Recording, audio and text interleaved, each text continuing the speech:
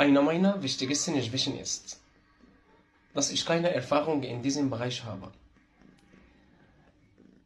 Aber ich glaube, dass es nicht große Probleme ist. So viel kann man Erfahrung ohne Arbeit sammeln.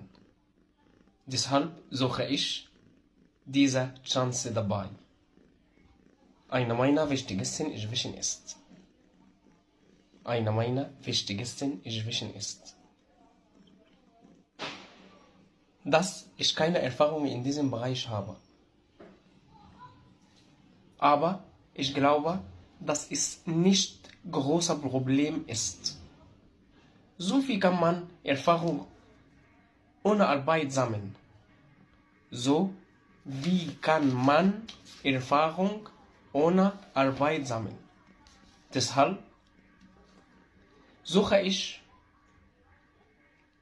diese Chance dabei.